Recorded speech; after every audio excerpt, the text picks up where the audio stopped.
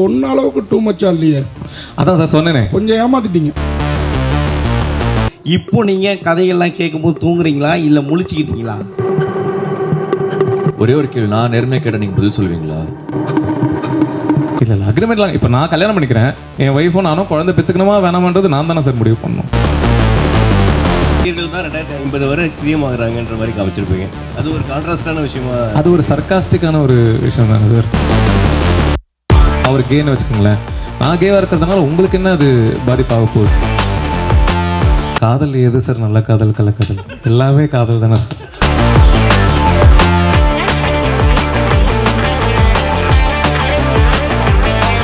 ஒன்ன அளவுக்கு டூ மச்சா இல்லையே. அதான் சார் சொன்னேனே, கொஞ்சம் ஏமாத்திட்டீங்க. அதுதான் சார். ஆனா டீசெண்டா இருந்தது. அதான் சென்சாரில் பிரச்சனை வராமல் எந்த அளவுக்கு டூ மச்சா போக முடியுமோ அந்த அளவுக்கு டூ மச்சா. இது உங்களுக்கு உண்மையா இவங்க ரெண்டாவது படம், நாலாவது படமா அஞ்சாவது படம்? நாலாவது சார். நாலாவது படம். ஆமாம் சார். ஓகே, அதே மாதிரி படத்துல ஒரு லாஜிக் மிஸ்டேக்கு எப்படி மிஸ் பண்ணீங்க? எந்த லாஜிக் சார்?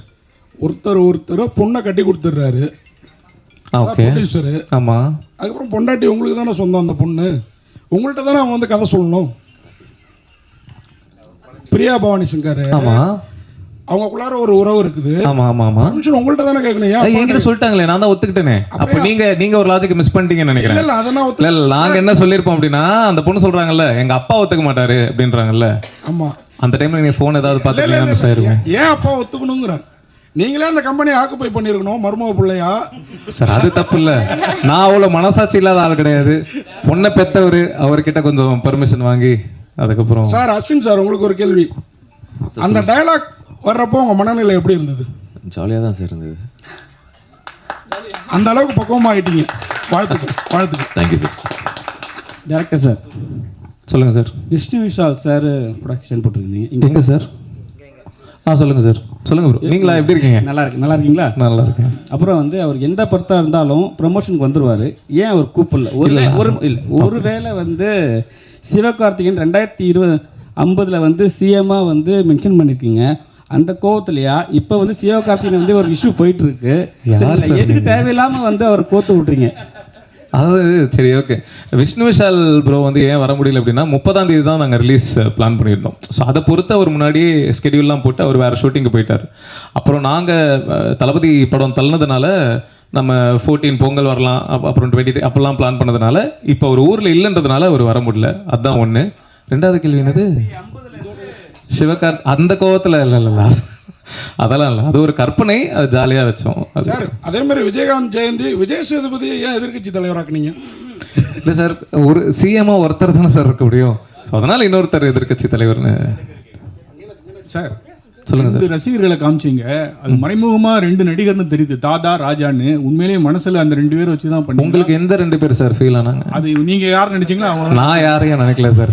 உங்களுக்கு யார் ஃபீல் ஆகிறாங்களோ அவங்க. டைரக்டர் சார், சொல்லுங்க சார்.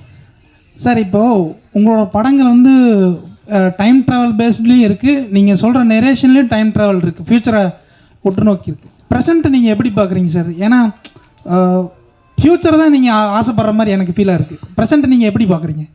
தம்பி ராமையா சார் கதை ப்ரெசன்ட் தானே சார்? சார் நான் என்ன சொல்கிறேன்னா, உங்களோட கதைகளும் உங்களோட எண்ணங்களும் வந்து ஃப்யூச்சரை பேஸ் பண்ணி, ஐ மீன் அடியிலையும் ஃப்யூச்சர் டைம் ட்ராவலு, இதுலேயும் டைம் ட்ராவல் அப்படி சொல்கிறேன் சார். ப்ரெசென்ட்டை நீங்கள் எப்படி பார்க்குறீங்கன்னு கேட்குறேன்.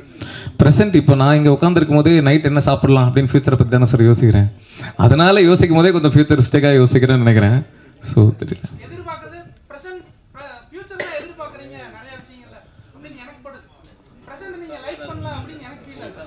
ஓகே சார், இதை நான் கருத்தாக எடுத்துக்கவா என்ன தெரியலையே. Okay sir. விக்னேஷ் சொல்லுங்க சார். படமா ரொம்ப நல்லா இருக்கு. Thank you sir. சும்மா ஜாலியான கொஸ்டின்ஸ் தான், தப்பா நினச்சிக்கிறேன். இப்போ ஆக்சுவலாக வெஸ்டர்ன் கண்ட்ரீஸ்லேயே வந்துட்டு இந்த எல்ஜிபிடிலாம் வந்துட்டு இப்போ பேன் பண்ணுறாங்க.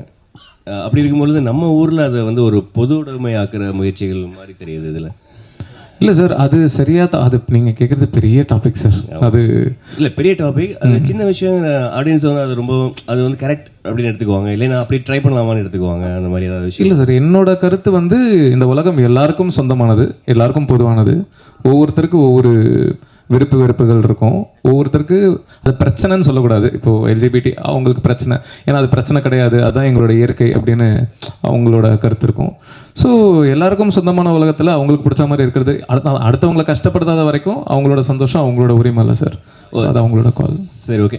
ஃபர்ஸ்ட் பார்ட்டில் வந்துட்டு நீங்கள் சினிமா அந்த கிரேஸை வந்து கொஞ்சம் இது பண்ணியிருப்பீங்க, கிரிட்டிசைஸ் பண்ணியிருப்பீங்க இல்லையா, நடிகர்கள் மேலே ஃபர்ஸ்ட் கதையில், இதில் ஃபர்ஸ்ட் கதையில் பண்ணியிருப்பீங்க.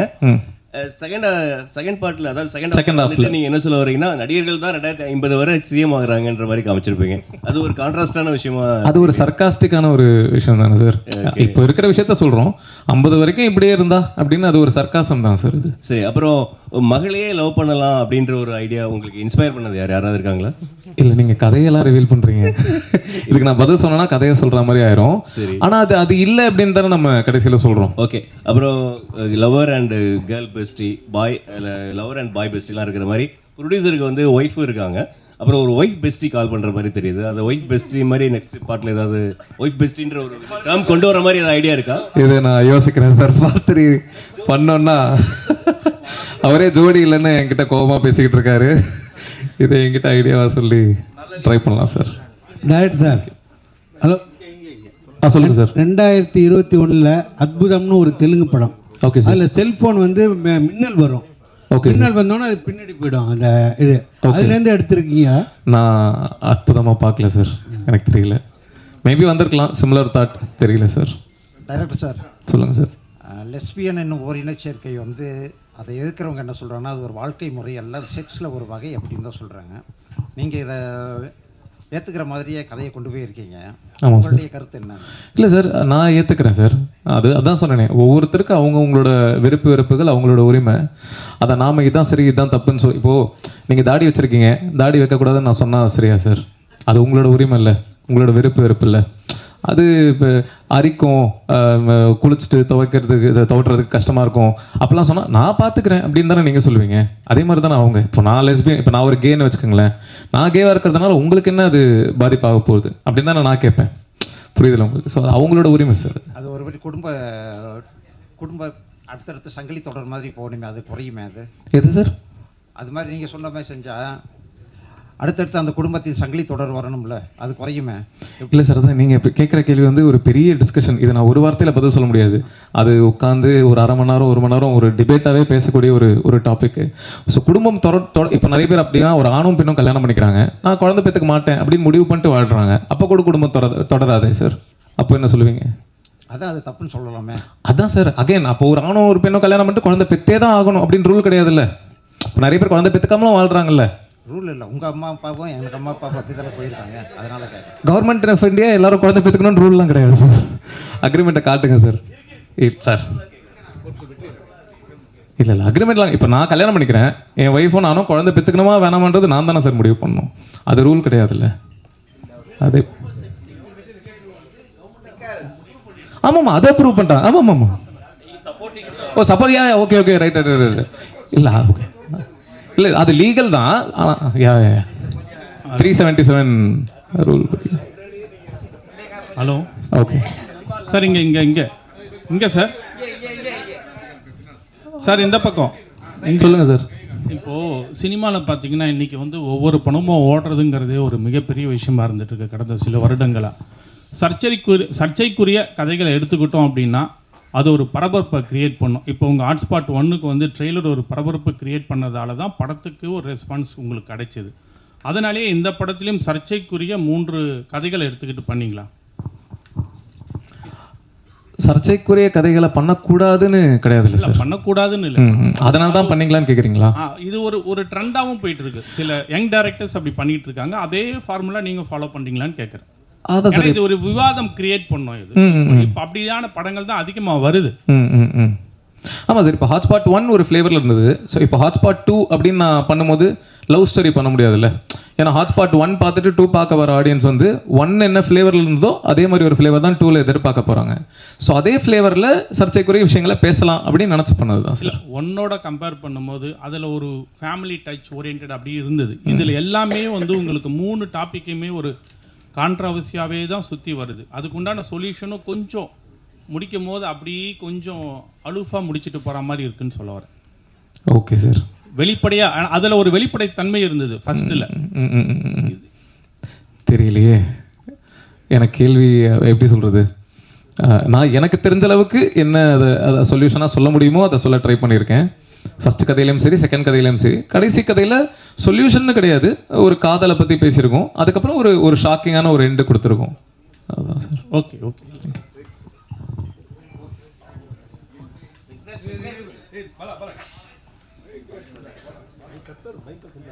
சொல்லுங்க ப்ரோ.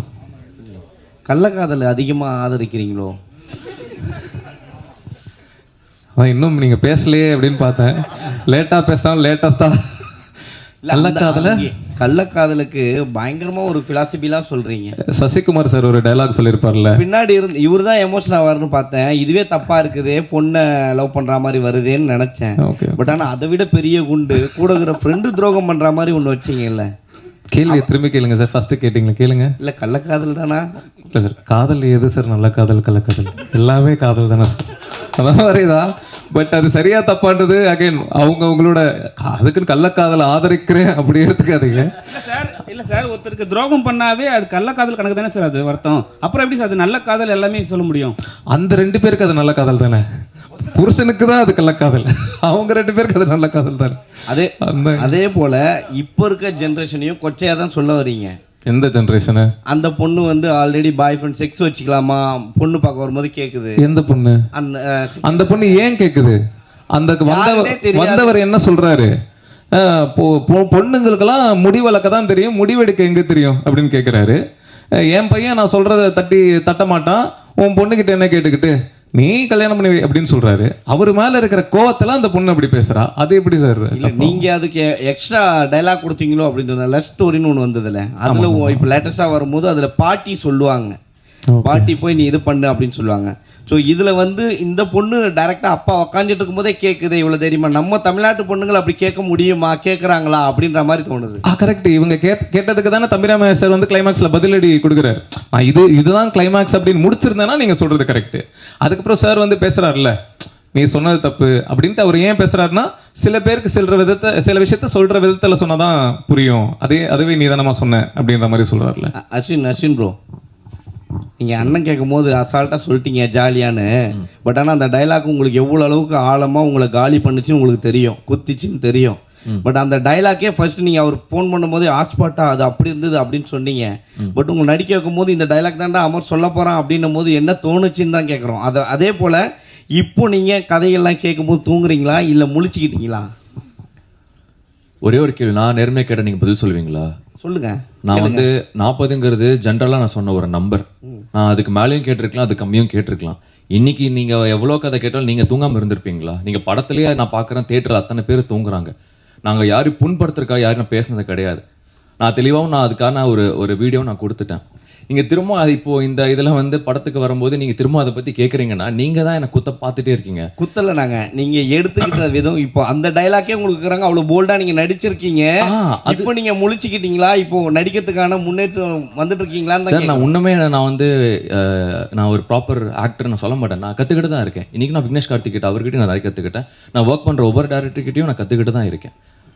அது ஒரு endless process. Okay, trying to be better actor. Cool. Vignesh, உங்களுக்கு விக்னேஷ் ஃபஸ்ட்டு ஸ்டோரியில் வந்து 2 பெரிய நாயகன்கள் இறந்த உடனே அதான் அவங்க ரசிகர் இறந்துடுறாங்க. அதுக்கு வந்து அவங்க என்ன சொல்கிறாங்க, கதையே சொல்லாதீங்க சாரி. அந்த அந்த அந்த இடத்துல வந்து அவங்க ஃபேமிலியை வந்து தத்தெடுக்க சொல்கிறீங்க. எனக்கு வந்து இப்போ வந்து நீங்கள் பெரிய லெவலில் வளர்ந்துட்டீங்க சரிங்களா, நீங்கள் பெரிய ஹீரோ ஆகிட்டு உங்கள் சைட்லேருந்து ஏதோ ஒரு தவறு நடந்து அது மாதிரி ஆயிடுச்சு. உங்கள் சைட்லேருந்து நீங்கள் அந்த ஃபேமிலியை தத்தெடுப்பீங்களா? நானா? இல்லை, அகைன் இதுக்கு பதில் சொன்னால் கதை ரிலேட்டடாக பதில் சொல்கிற மாதிரி இருக்கும். ஸோ இப்போ சார் அது என்ன டிண்டர் எக்ஸ் சாலிகிராமோ ஒரு டயலாக் வருது, டிண்டர் பம்பு ஏதோ இன்ஸ்டாகிராம் சாலிகிராம், அது ரைமிங் சார். இன்ஸ்டாகிராம் சாலிகிராம் இல்லை, சாலிகிராமில் நிறைய தம் அடிக்கிற பொண்ணுங்களை பார்க்குறோம், அதை வச்சு தான் எழுதுறீங்களா அப்படின்னு சார். இன்னும் எங்காவே இருக்கீங்கன்னு புரியுது. உம்மடிக்கிற பொண்ணுங்களா கண்ணில் படுறாங்க பார்த்தீங்களா. ஆனால் அஸ்வின் பற்றி கண்டிப்பாக நான் இந்த படம் பண்ணுறதுக்கு முன்னாடியே வந்து நிறைய பேர் வந்து இவரை பற்றி பண்ணுமா அப்படிலாம் சொன்னாங்க. ஆக்சுவலி நிறைய பேர் அதான் லென்த்தாக போயிடும். நான் சக்ஸஸ் மீட்னு ஒன்று நடந்ததுன்னா அதில் லென்த்தாக சொல்கிறேன். நீங்கள் நினைக்கிற மாதிரி அவர் கிடையாது, அவர் டோட்டலாக வேற மாதிரி உண்மையாகவே. ரைட் சார், நீங்கள் தானு சாருக்கு வந்து நன்றி சொன்னீங்க, தெரிய வந்து ரிலீஸ் ஆகலை அப்படின்னு.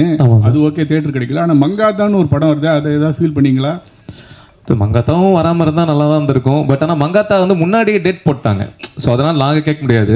நாங்கள் வரலான்னு நினைக்கும் போது தான் தெரிய டேட் போட்டாங்கன்றதுனால அவங்க கிட்ட கேட்டோம் சார். அடுத்த படத்தில் 2 ரசிகர்களையும் திட்ட மாட்டீங்க, அவரை மட்டும் திட்டுவீங்கன்னு நினைக்கிறேன். நாங்கள் எந்த ரசிகர்களை திட்டணும்னு நீங்கள் நினைக்கிறீங்கன்னு தெரில. நாங்கள் பெரிய ஹீரோ தான். நாங்கள் யாரையோ சும்மா கற்பனையாக நினச்சி திட்டணும் சார். சார் ஒரே நிமிஷம், ஆக்சுவலாக மங்காத்தா தெரி 2 வந்தால் தான் நல்லா இருக்கும்னு நான் ஃபீல் பண்ணேன். அது உங்களுக்கு புரிஞ்சிருக்குன்னு நினைக்கிறேன். இல்லை அவரு சும்மா கற்பனையாக பேசுகிறாரு, அதை கட்டுக்காத கிடையாது. விக்னேஷ்ஜி சொல்லுங்க சார். நன்றி சார். நன்றி விக்னேஷ்ஜி சொல்லுங்கண்ணா. நீங்க சொன்னீங்க அவர்கிட்ட 2 ஹீரோ, நீங்க எந்த ஹீரோன்னு யோசிச்சுன்னு சொன்னீங்க. ஆமா, இப்போ உங்களுக்காக விட்டு கொடுத்துருக்காருல்ல, அந்த படத்தோட ஹீரோ தானே கலாய்ச்சிருக்கிறீங்க.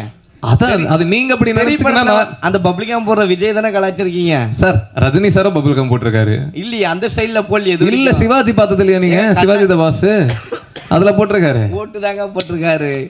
இது சார் ரஜினி சார் பண்ணாததா சார்? இது தளபதி மட்டும் தாங்க இப்படி பண்ணிருக்காரு. இல்ல அது உங்களோட கற்பனை. அவர் விஜய் கலாய்க்க மாட்டார் சார், விஜய் ரசிகர் அவரு.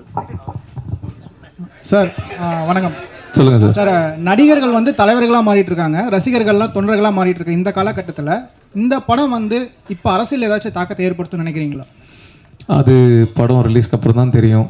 தெரியலையே, தாக்கத்தை ஏற்படுத்துமா படுத்தாதான்றது எனக்கு தெரியாது. எனக்கு ஒரு கருத்து இருந்தது, அந்த கருத்தை அந்த படம் மூலமா சொல்ல ட்ரை பண்ணேன். இந்த கதைக்கு பர்டிகுலராக அந்த ஃபர்ஸ்ட் ஸ்டோரிக்கு மட்டுமே வந்து நிறைய சம்பவங்கள் உங்களை ஏதாச்சும் பாதிச்சுதா? இந்த கரூர் சம்பவம் மாதிரி ஏதாவது? இல்லை சார், நாங்கள் இந்த கதையை வந்து 2024 மேவா ஜூனா 2024 மேவோ ஜூனோ ஷூட் பண்ணிட்டோம் கதையை. 24 நான் சொல்கிறது போன வருஷம். எங்ககிட்ட ஃபுட்டேஜும் இருக்குது, அது பார்த்தீங்கன்னா உங்களுக்கு டேட் கொண்டு ரஷ்ல பார்த்தீங்கன்னா கண்டுபிடிச்சிடலாம். ஸோ அதுக்கும் இதுக்கும் சம்மந்தமே இல்லை. என் கதை எழுதுனது வந்து 2021 எப்பயோ எழுதி ரெஜிஸ்டர்லாம் பண்ணியாச்சு. ஸோ அதனால் அதுக்கும் இதுக்கும். இன்னொன்று வந்து லெஸ்பியன் ரிலேஷன்ஷிப் வந்து பார்த்தீங்கன்னா செக்ஷுவலாக தான் ஸ்டார்ட் ஆகுது அப்படிங்கிற மாதிரி சொல்லியிருப்பீங்க. ஏன்னா ஃபஸ்ட்டு வந்து உங்கள் ஒய்ஃப் வந்து பார்த்தீங்கன்னா ஃபிசிக்கல் ரிலேஷன்ஷிப் ஸ்டார்ட் பண்ணுறப்ப தான் வந்து பார்த்தீங்கன்னா அது எனக்கு இன்ட்ரெஸ்ட் இல்லை, லெஸ்பியனாக வருது அப்படின்ட்டு வருது. ஸோ லெஸ்பியன் வந்து வெறும் செக்ஸை மட்டும் தான் டிமாண்ட் பண்ணுது அப்படிங்க நினைக்கிறீங்க? அவ்வளோ டீட்டெயில்டெல்லாம் சொல்லவே இல்லையே சார். அந்த இடத்துல எனக்கு ஒரு 5-10 நிமிஷம் தான் இருந்தது. அதுக்குள்ளே அதை எப்படி சொல்ல முடியுமோ அப்படி சொல்ல ட்ரை பண்ணேன். ஸோ அப்படி இல்லை sir. Thank you sir. Thank you so much team. So